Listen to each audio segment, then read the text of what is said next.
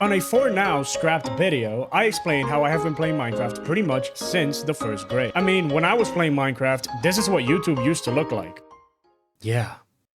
I feel old now. On my dad's very old laptop because it was the only computer my family owned. And on top of that, I had to wait until 7 p.m. since he took it to work every day. And believe me, I was not the type of kid to stay up late. That scarred me for life. But that's not the point. Since I can remember, Minecraft has also been doing the occasional, now yearly, April Fool's update. I mean, last year's snapshot completely overhauled the game and turned it into a roguelike. You know, like Isaac. Well, this year, I wanted to go in blind. And then I forgot. But look at this really cool trailer. And that hooked me. So, let's begin. That's weird, because when I loaded up the world, I had no inventory. Oh. Crafting. Use craft action to place crafting grid. My controls are not... Oh, it's just all wrong. R, C, B, E. Alright, whatever. What is my frame? Alright, punch, follow me, move, attack mine, craft, build, highlight. And since you're one of my very beautiful subscribers, let me explain this April Fool's update and everything that it has. Well, you see, in this April Fool's update called Herdcraft, you will be able to understand the name in a second. Okay, using the punch tool, we're able to liberate a block, and we're able to command it in any way that we want. You are my slave. As you can see, now I have liberated this block and I can hit it as much as I want. He does not fight back. He does not fight back. However, using any other tool, like the follow me, we're able to tell it to follow me with a leash, and we're able to tell it to move somewhere, and we're able to tell it to attack or mine. The rest are pretty self-explanatory, so as the video progresses, you will kind of figure out what they do. Just know that this one spawns a crafting area. Move. Oh, what the what? Punch. Alright. What? Okay.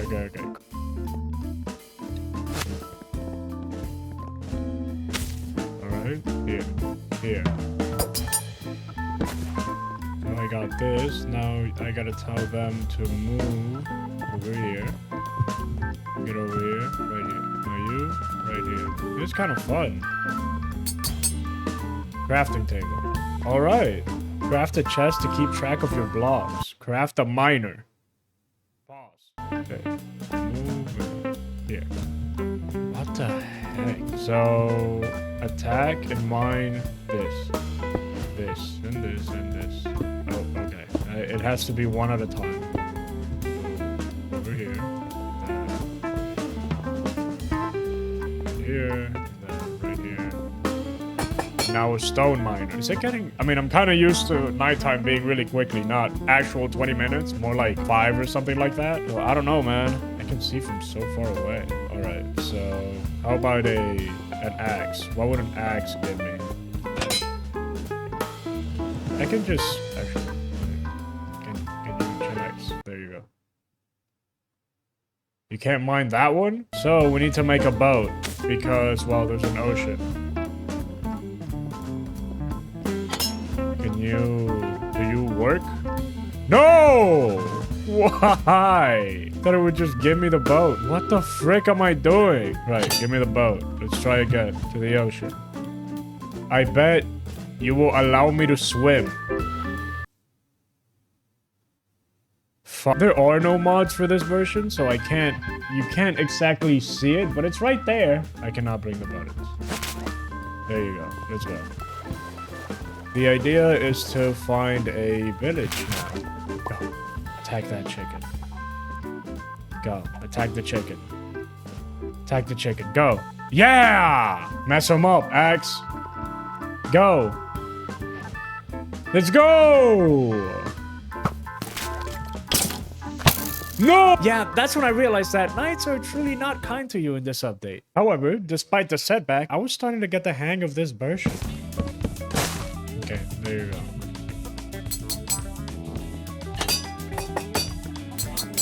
What the f... Perfect. Why? How did that even happen? There you go.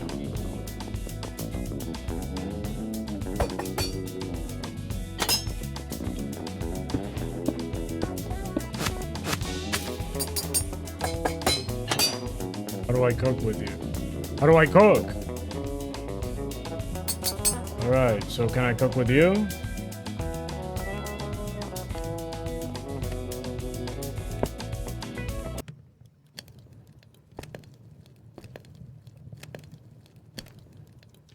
What is this update? This is so bad.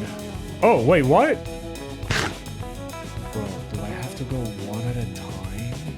No, you don't have to craft that and cook one at a time. But you'll learn that later. For now, I found a shipwreck, a ruined portal, and, well, I broke the chest and it taught me how chests work in this version. Hey! Oh, so can I just put them in the chest? And a stony shore with, well, stone and some iron to make iron tools and a bucket. And then I learned how a furnace works. That's when my computer crashed. Some files ended up getting corrupted, so I don't really have the footage, but I also learned this. That's right. The floating wool. It's still floating up there, and that's how I realized that, well, some items are a little bit different than others. You see, wool flies. Go. Okay. I don't want to lose wool. I want to make a bed, however, to make the bed. Go, X. It missed the jump. Go. Hit the sheep. Go. Hey! Go. There you go. Good axe. I see you jumping over there. Bring the meat over here. To its rightful place. I mean, I wish I could tell you that I did not spend at least 30 minutes trying to find different ways on how to make a bed in this version, instead of just looking for a village that was stupidly close. But yeah, I was doing that. I spent a lot of time doing that. And then died, found a village off screen because I was trying to find the cords. That's me realizing that, hey, I lost a lot of my footage after my computer crashed. And then now, here I am, with a bucket, trying to build another portal. Alright, finally make it to the nether. Hopefully I don't see a nether portal immediately. Not to be the case. I have my render distance in 30. What is this fog? After a while, I decided to use the pie and realized that the fortress was north. Yet for nothing, I couldn't find it. And I tried to use the wool to fly, but the skeletons were awfully accurate. Brother. So I just spent days trying to find this one fortress. I thought, I'm gonna try to look for another portal in the overworld, just heading north. That way, I can probably land closer to it. And then I realized that items despawn. For some reason. So, now I'm in this world. I got a village nearby, some wood, 2 desert pyramids that were a pain in the ass to get, and now I built this portal. So let's go kill Blazes.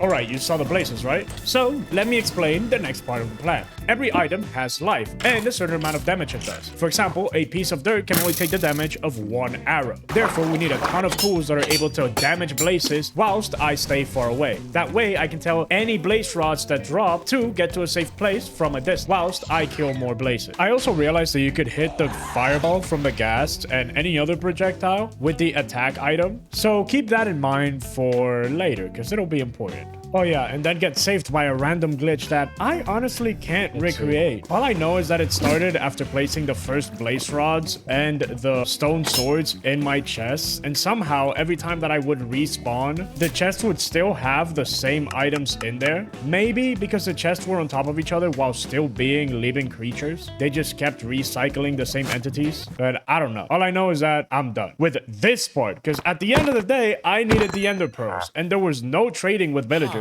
since you can't in this version, which in turn means that I have to kill Enderman. This is going to take a long time. And a long time it did take. It took days. This was worse than having to build a whole underground system in the end, last video, connecting every end pillar and not even having to use it because it did not work. This was more soul-crushing than that time that I almost lost trying to beat the Wither in MCSR. And this was 10 times more boring than it was trying to get that pufferfish for a month in my water video. Well, maybe it was not that bad, but it was a very, very long, boring process. First of all, my items despawn except for, you know, the items I needed, at least. The plan was to wait in the village for endermans to spawn, and that was extremely slow. Then I used the village's iron golem to have them hit and kill the enderman while they were chasing me. But they didn't really like that, and they would randomly start attacking me unprovoked, so that made it take even longer. Until it was already, finally, time to go. Finally! 12 ender pearls. Getting to the stronghold was same old, same old. I built the Eye of Ender, got the direction I was going to, looted another pyramid, and well... a little piece of advice, don't punch the TNT. It'll kind of not go right.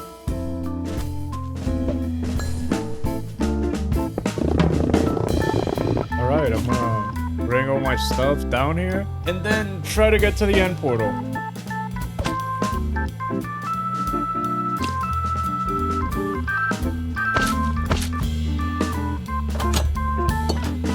Then, when I found the portal room, I realized there is no portal.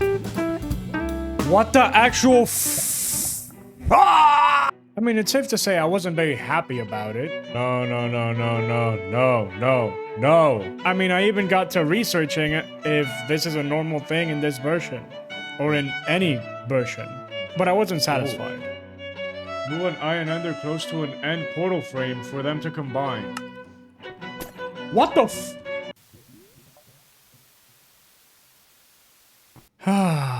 Now let me explain why this made me furious. You see, the silverfish spawner is not truly a silverfish spawner because as you can see, there's no portal. However, that's not truly what bothered me. You see, the fact that there are no silverfish spawning is a good thing.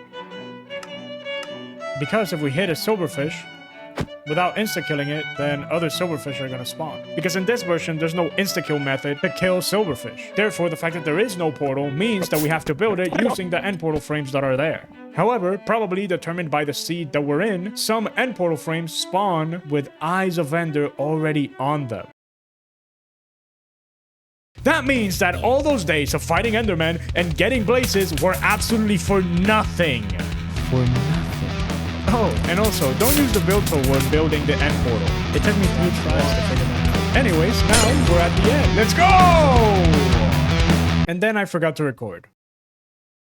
Well, I kind of got the gist of it. I used end portal frames since the Ender Dragon can't break them to bridge across to the end island. Because of course, it's not an underground end spawn. Why would it be?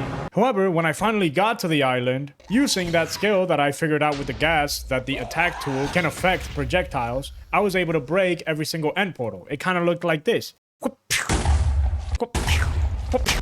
Pretty cool, right? However, there was one that I could not get to. And that's when I realized I wasn't recording this whole time? What? Well, I mean, to explain it, the Ender Dragon fight is being a breeze. Just use the continuously spawning ender portal frames to create a bridge. Since the dragon can't really break ender frames fighting ghasts, I can attack entities, so I've just been clicking every single one. So as you can see, I was just missing a single crystal that was too high and I couldn't really find an angle where I could be close enough to reach it and get it. Therefore, I came up with a plan. Craft a pickaxe, start breaking a ton of endstone since the dragon can't break it, and staircase around the pillar just enough so that I can reach it and break it with a tool.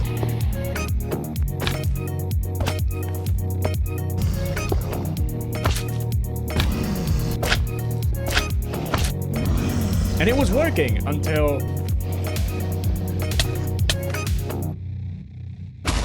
Yes! Yes! Yes! Yes! Yes! Yes! Yes! Yes!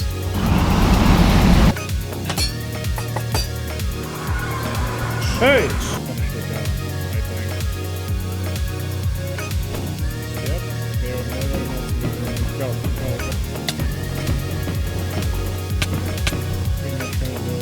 And there you go. I am free! Finally! I am free. Completely free.